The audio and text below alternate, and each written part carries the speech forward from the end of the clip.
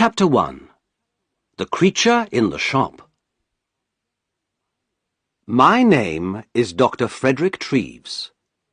I am a doctor at the London Hospital. One day, in 1884, I saw a picture in the window of a shop near the hospital. I stopped in front of the shop and looked at the picture. At first, I felt interested. Then I felt angry. Then afraid. It was a horrible, ugly picture. There was a man in the picture, but he did not look like you and me. He did not look like a man. He looked like an elephant. I read the writing under the picture. It said, "Come in and see the Elephant Man, 2 pence." I opened the door and went in. There was a man in the shop. He was a dirty man in an old coat with a cigarette in his mouth. "What do you want?" he asked. "I'd like to see the Elephant Man, please," I said. The man looked at me angrily. "Well, you can't," he said. "The shop's closing now. You can come back tomorrow." "I'm sorry," I said, "but I would like to see him now. I have no time tomorrow. I have a lot of work to do. But I can give you more than 2 pence. The man looked at me carefully. Then he took the cigarette out of his mouth and smiled with his yellow teeth. "All right, sir," he said. "Give me 12 pence, then." I gave him the money, and he opened a door at the back of the shop. We went into a little room. The room was cold and dark, and there was a horrible smell in it. A creature sat on a chair behind a table. I say a creature, because it was not a man or a woman, like you or me. The creature did not move or look at us. It sat very quietly on the chair, in the cold, dark, dirty room, and looked at the table. The creature had a cloth over its head, because of the cold. On the table in front of it, there was a dead flower. "Stand up," said the shopkeeper loudly. The creature stood up slowly. It took the old cloth off its head and put it on the chair. I looked at the creature and felt sad. I am a doctor, so I know a lot about accidents and ill people. I see horrible, ugly things every day. But this creature, this thing, was the worst of all. There were no men or women in the hospital like him.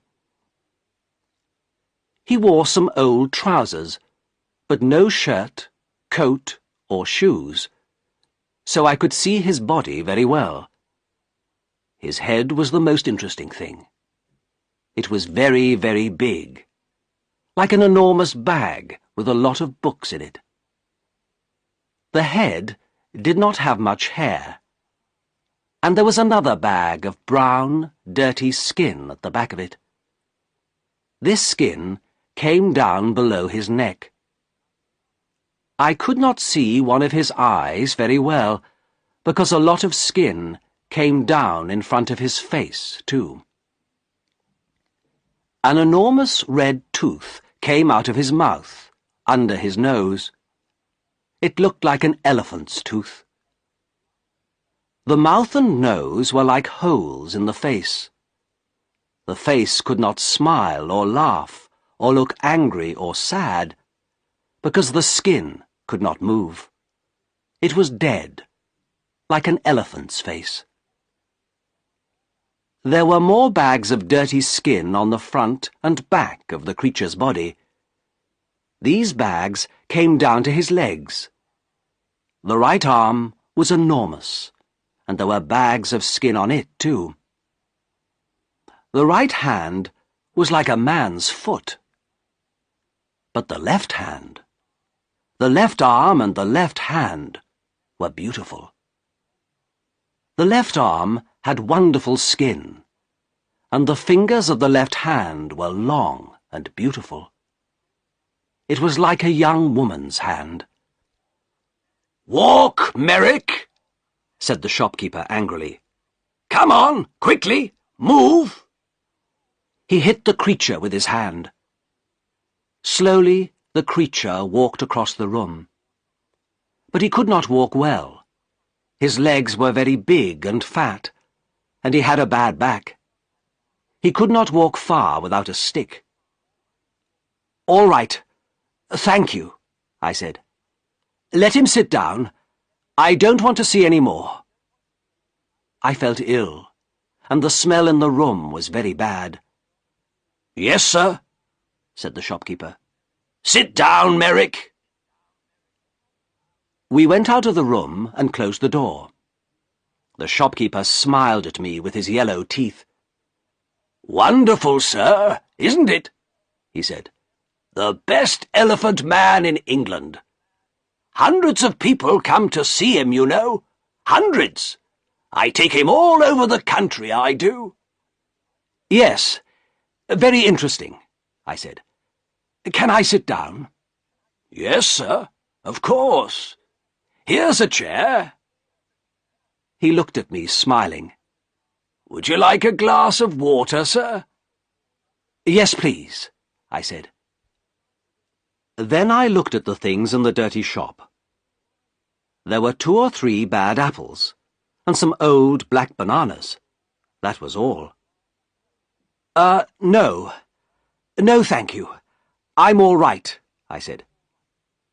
Did you call the creature Merrick?" "That's right, sir. Joseph Merrick. The best elephant man in England. I take him all over the country, you know. Lots of people want to see him." "Yes, I see. Do you get a lot of money?" "Well, sometimes we do, sir, yes. But it's difficult, you see, sir, because of the police. The police don't like us, you see, sir. So we can't stay in a town very long. We usually move every week." "Yes, I see. Well, anyway, Mr. Silcock, sir. Simon Silcock." "Yes, well, Mr. Silcock, I'm a doctor at the London Hospital. My name is Dr. Treves. I think this man, Joseph Merrick, is very interesting, and I would like to see him at the hospital. I want to look at him more carefully, you see." "Yes, sir. I see. But how can he get to the hospital? It's going to be difficult." "Why, man? The hospital's not far from here." "Well, yes, sir. I know. But you see, Merrick can't walk very well. He needs help." "You can come with him. Do you want more money? Is that it?" "Well, yes, sir, I do. But you see, people are afraid of him, too. In the road, little boys always run after him and hit him. Then the police get angry, because people are afraid. Sometimes they take us to prison." "I see," I said. "Well, how can he come to the hospital, then?" "Bring a cab, sir," said Silcock. "You can take him to the hospital in a cab."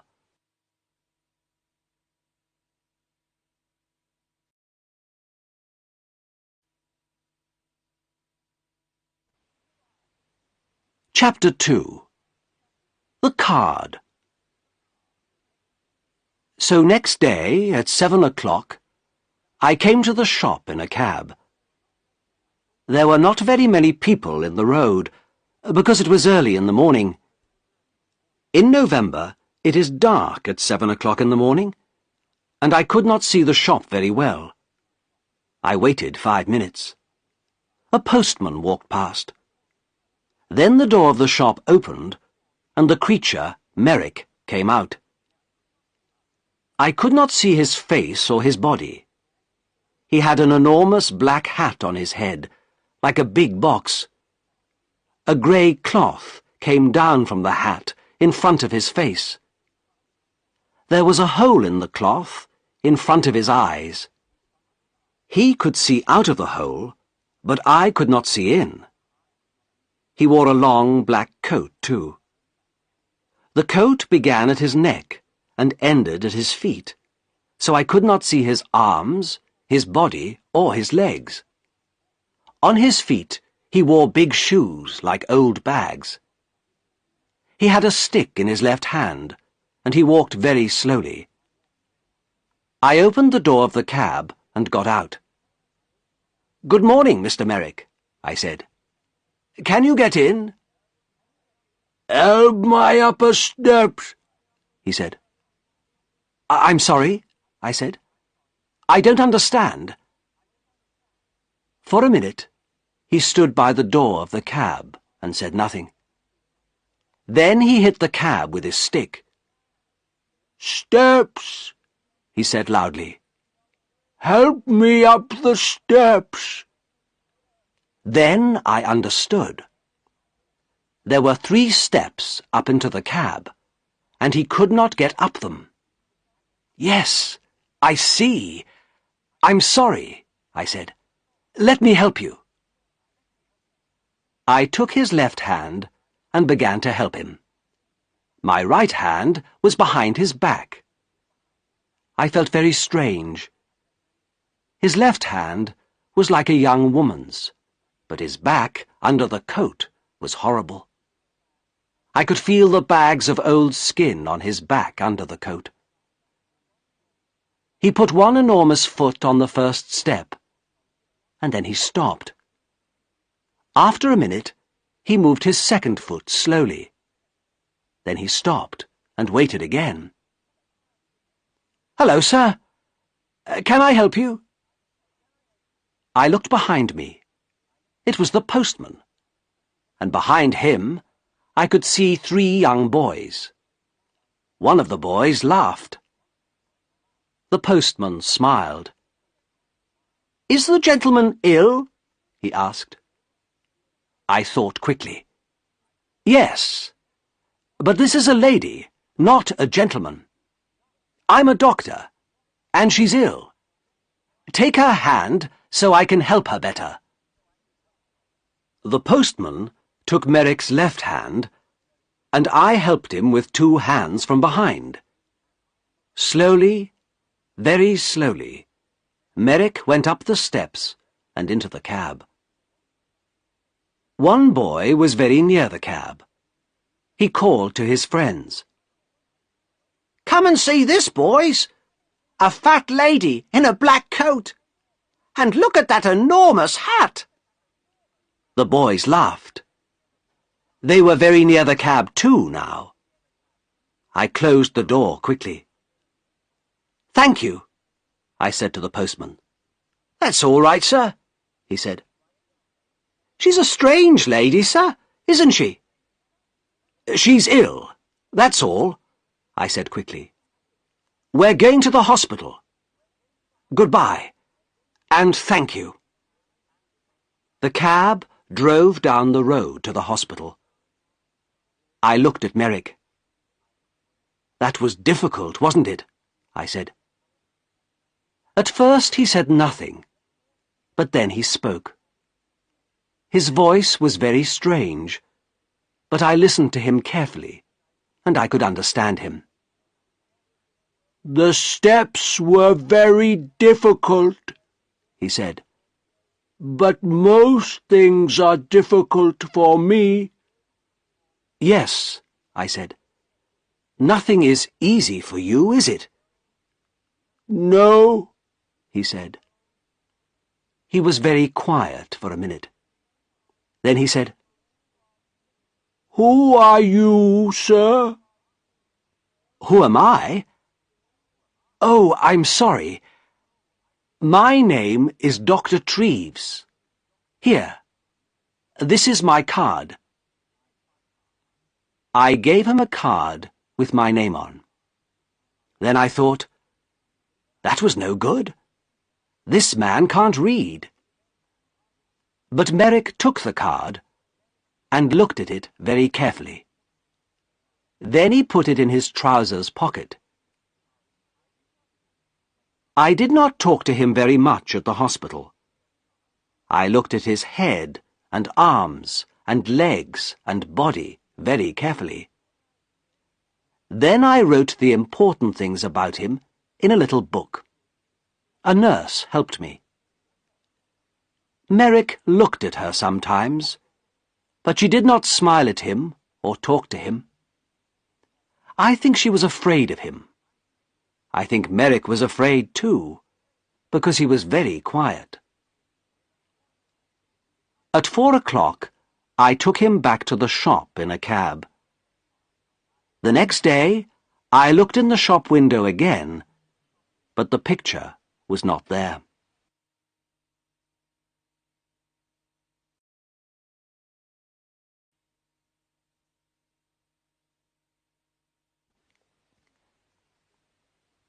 Chapter 3.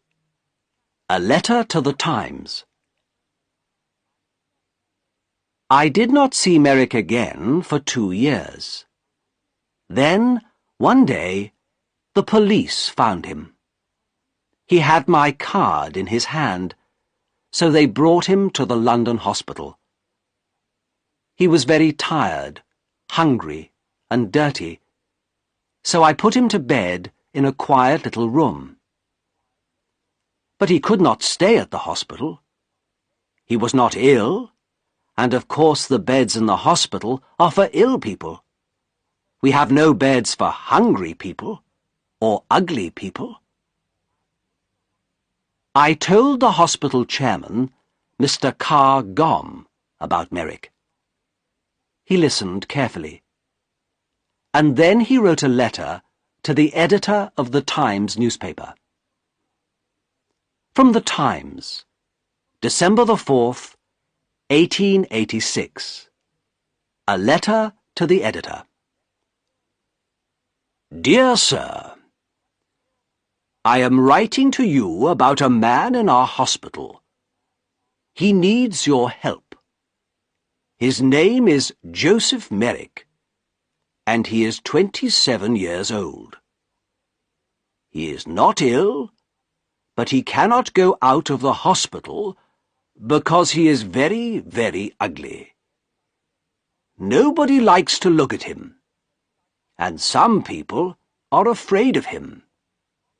We call him the Elephant Man. 2 years ago, Merrick lived in a shop near the London hospital. For 2 pence, people could see him and laugh at him.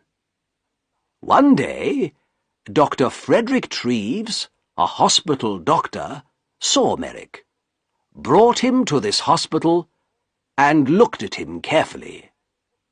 Dr. Treves could not help Merrick, but he gave him his card. Then the shopkeeper, Silcock, took Merrick to Belgium.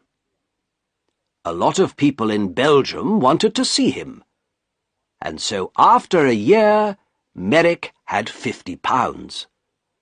But then Silcock took Merrick's £50, left Merrick in Belgium, and went back to London. Merrick came back to London by himself. Everyone on the train and the ship looked at him and laughed at him. In London, the police put him in prison. But then they saw Dr. Treves's card and brought Merrick to the London hospital. This man has no money, and he cannot work. His face and body are very, very ugly, so of course many people are afraid of him. But he is a very interesting man. He can read and write, and he thinks a lot. He is a good, quiet man. Sometimes he makes things with his hands and gives them to the nurses because they are kind to him. He remembers his mother, and he has a picture of her. She was beautiful and kind, he says. But he never sees her now. She gave him to Silcock a long time ago. Can the readers of the Times help us? This man is not ill, but he needs a home. We can give him a room at the hospital, but we need some money. Please write to me at the London Hospital. Yours faithfully, F. C. Carr-Gomm, Chairman of the London Hospital. The readers of the Times are very kind people. They gave us a lot of money. After 1 week, we had £50,000, so Merrick could live in the hospital for all his life. We could give him a home.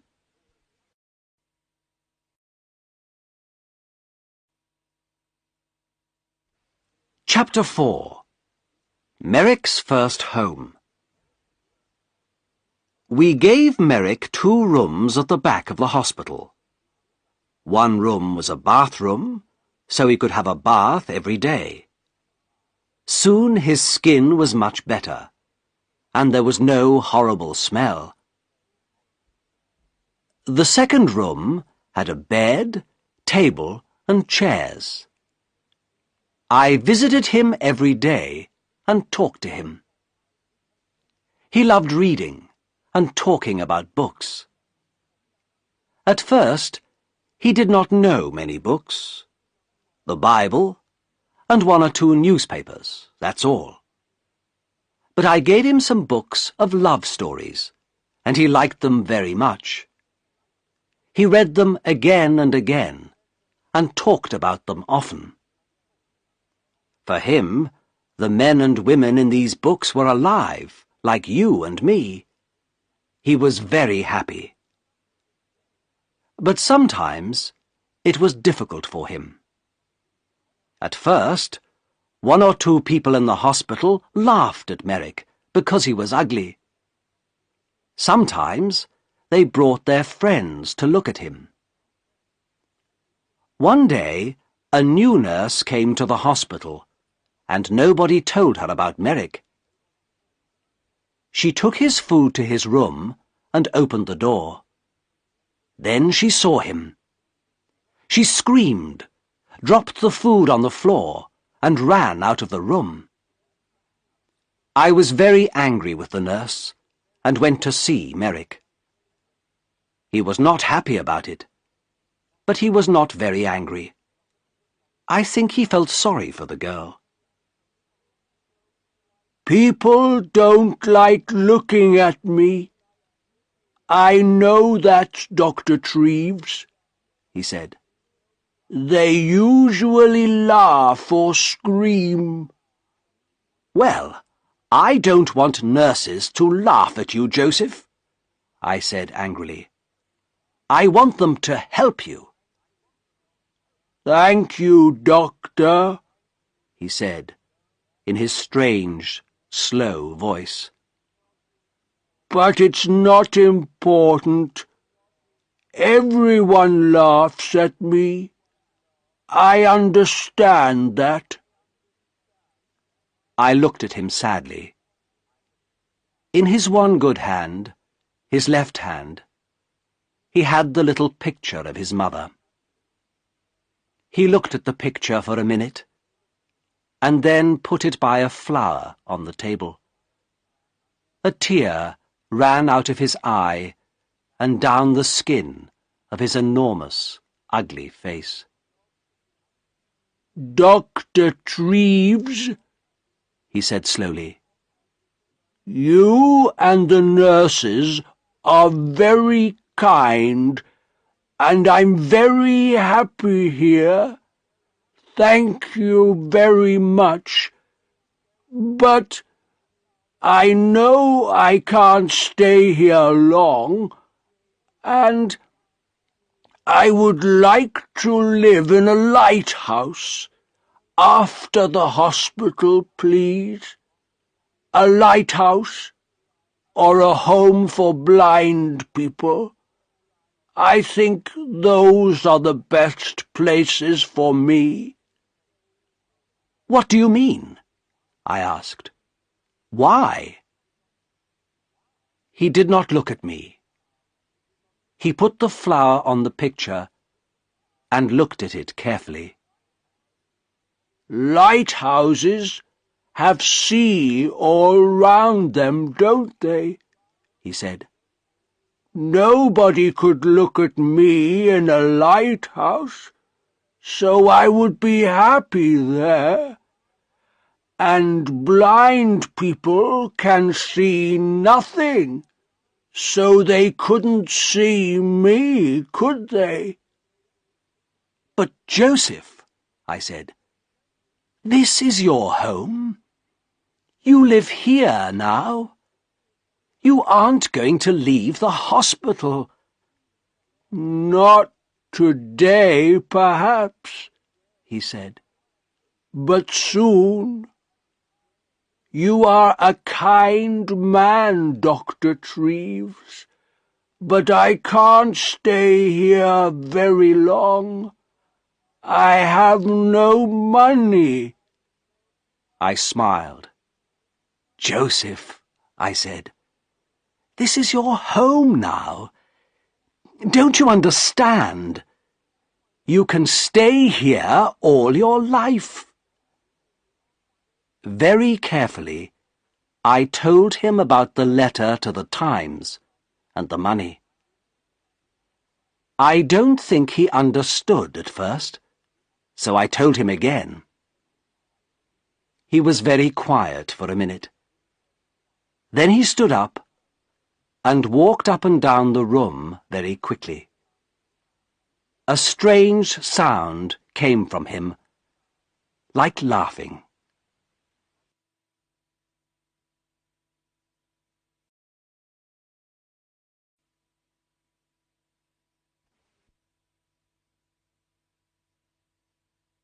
Chapter 5. An Important Visitor. I did not want Merrick to live by himself, like a man in a lighthouse. He read his books and talked to me, but I wanted him to talk to more people, and I wanted him to talk to women. Merrick read about women in his books, but he did not often talk to women. He met the nurses every day, but they did not talk to him very much. For them, he was always a creature, not a man. One day, one of my friends, a beautiful young woman, came to the hospital. I told her about Merrick and took her to his room. She opened the door and smiled at him. "Good morning, Mr. Merrick," she said. Then she shook his hand. Merrick looked at her for a minute, with his mouth open. Then he sat down on his bed, with his head in his hand, and cried. He cried for nearly 5 minutes. The tears ran down his face, between his fingers, and onto the floor. My friend sat on the bed beside him and put her hand on his arm. She said nothing, but she smiled at him and shook his hand again before she left. "Dr. Treves," he said to me that night. "That lady was wonderful. My mother smiled at me once, many years ago, but no women smile at me now. But this lady smiled at me too, and she shook my hand. A beautiful lady smiled at me and shook my hand." My young lady friend came again the next week and talked to Merrick for half an hour. The week after that, she came again with a friend. They gave him some books and had a cup of tea with him. It was wonderful for him. For the first time in his life, he had some friends. He was a very happy man. He sat in his room and read his books and said no more about living on a lighthouse. People began to read about Merrick in the newspapers, so he had a lot of visitors. Everybody wanted to see him. A lot of important ladies and gentlemen visited him. They smiled at him, shook his hand, and gave him books. Merrick liked talking to these people, and he began to forget about his ugly body. His visitors never laughed at him. He began to feel like a man, not a creature. One wonderful day, a very important lady came to the hospital to visit him. I met the lady and took her to his room. Then I opened the door and smiled at him. "Good morning, Joseph," I said. "There is a new visitor to see you today, a very famous lady." Merrick stood up beside his table. He did not smile, because his face could not smile, but his eyes looked happy. "That's good," he said. "Who is it?" I moved away from the door, and the visitor walked in. "Your Majesty, this is Joseph Merrick," I said.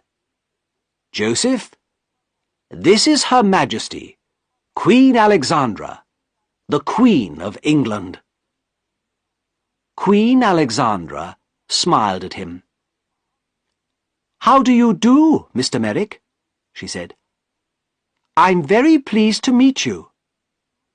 Then she shook his hand. Merrick did not move. For nearly half a minute he stood and looked at her with his mouth open. Then he spoke in his strange, slow voice. How do you do, Your Majesty?" he said. But I don't think the Queen understood him, because he tried to get down on his knees at the same time. It was very difficult for him, because of his enormous legs. "No, please, Mr. Merrick. Do get up," said the Queen. "I would like to talk to you. Can we sit at your table?" Yes, of course," he said. They sat at the table. She took his left hand, the good hand, in hers. She looked at the hand carefully, and then smiled at Merrick again. "I often read about you in the newspapers," she said. "You are a very interesting man, Mr. Merrick. You have a very difficult life, but people say you're happy. Is it true? Are you happy now?" "Oh, yes, Your Majesty. Yes," said Merrick. "I'm a very happy man. I have a home here now, and friends, and my books.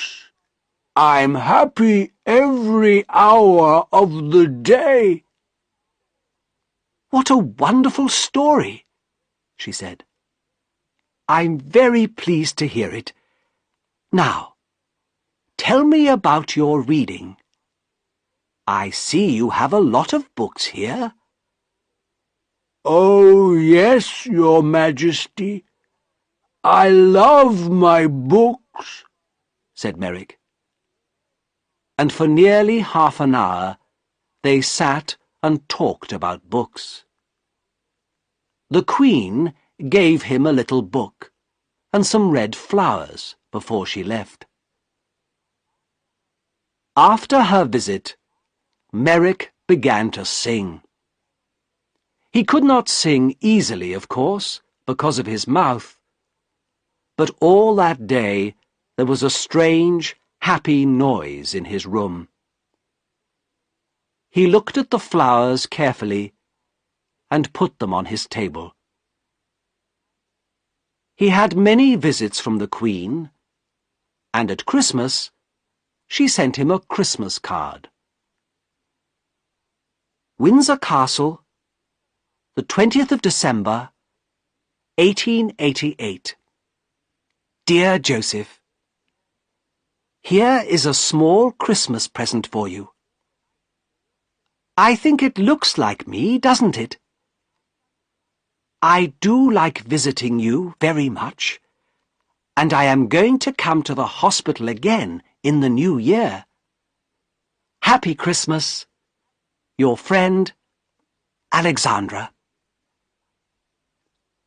The present was a picture of Queen Alexandra with her name on it. Merrick cried over it and put it carefully by the bed in his room. Then he sat down and wrote a letter to the Queen. It was the first letter of his life. The London Hospital, 23rd of December, 1888. My dear Queen, thank you very, very much for your wonderful card and the beautiful picture. It is the best thing in my room, the very best, the most beautiful thing I have. This is the first Christmas in my life, and my first Christmas present. Perhaps I had a Christmas with my mother once, but I do not remember it. I have my mother's picture too, and she is beautiful, like you. But now I know many famous ladies and kind people, like Dr. Treves, and I am a very happy man. I am happy, too, because I am going to see you in the new year. Happy Christmas to you, my dear friend. With all my love, Joseph Merrick.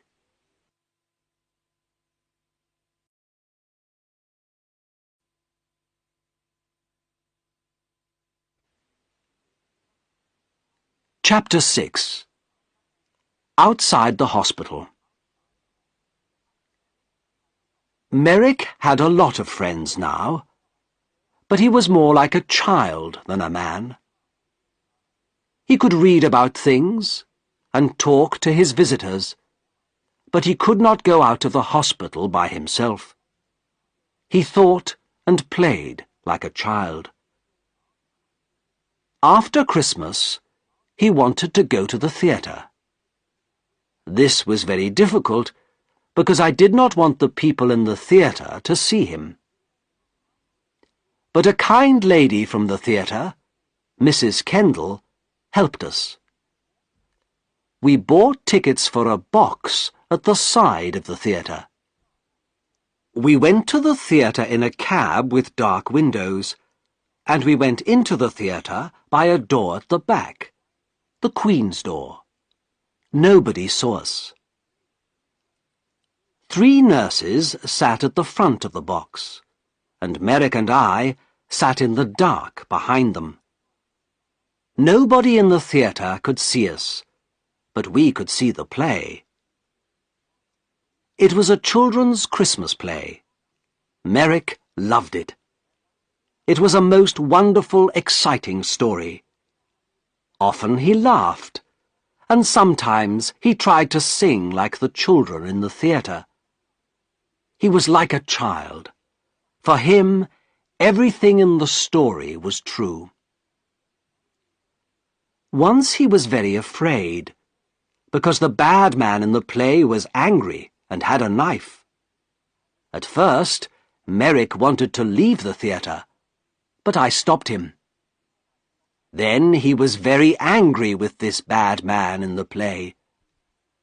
He hit his hand on his chair and stood up and talked to the man, but nobody heard him. When the bad man went to prison, Merrick laughed. Merrick thought the beautiful young lady in the play was wonderful. He wanted to talk to her, too. At the end of the play, he was very happy, because she married a good young man. He remembered this play for a long time, and he talked a lot about the people in it. "What do you think they did after we left?" he asked me. "Where do the young lady and the young man live? What are they doing now?" "I don't know," I said. "Perhaps they live in the country." Merrick thought about this for a long time. Then he said, "Dr. Treves, can I go to the country, please? I saw the country once from a train, but I never went there. I often read about it in books. It's very beautiful, isn't it? I would like to see it." The visit to the theatre was difficult, but a visit to the country was more difficult. But again, one of his new friends helped us. She had a small house in the country, and Merrick could stay in it for the summer, she said. I took Merrick to the country in a train with dark windows, so nobody could see him. Then we went in a cab to the country house. There were a lot of trees near the house, but no people lived near it. A countryman brought food to the house every day, but no people came near it. I stayed with him that night. At night, it was very dark and quiet. In the morning, hundreds of birds sang in the trees, and everything outside the house was green. Merrick walked under the big trees, looking at things happily and singing his strange song. I went back to London, but Merrick stayed there for 6 weeks. He was wonderfully happy. Every week, he wrote me a letter. Apple Tree House, West Wickham, Berkshire, the 21st of July, 1889. Dear Dr. Treves, I had a wonderful day again today. It was very warm, so I walked under the trees and sat by a stream. The water in the stream made a beautiful noise, like singing. Did you know that? I listened to it for 2 hours. Lots of little birds came near me. One had a red body in front and a brown back. I gave it some bread, and it sat on my hand. A lot of birds are my friends now. I watched the fish in the stream, too. They were very exciting, because they move very fast. 1 minute they were there, and the next minute I couldn't see them. But I waited quietly, and they always came back. I put my hand in the water, but I couldn't touch them. I met a big dog yesterday. It made a very loud noise, but I was not afraid. I sat down quietly and looked at it, and it came and smelt my hand. I saw it again today, and gave it some bread. It likes me now. I am going to put some flowers from the country in this letter. There are hundreds of flowers here. Did you know that? I like the little blue ones best, but they are all beautiful. I have lots of them in my room. I give them water every morning. Little flowers are very thirsty, you know. I am very happy here, Doctor, but I want to see you again soon, too. With love from your friend, Joseph Merrick. At the end of the summer, he came back to London. He was very well, and his skin looked much better. He talked about the country a lot, but he was happy to see his friends and his books again, too.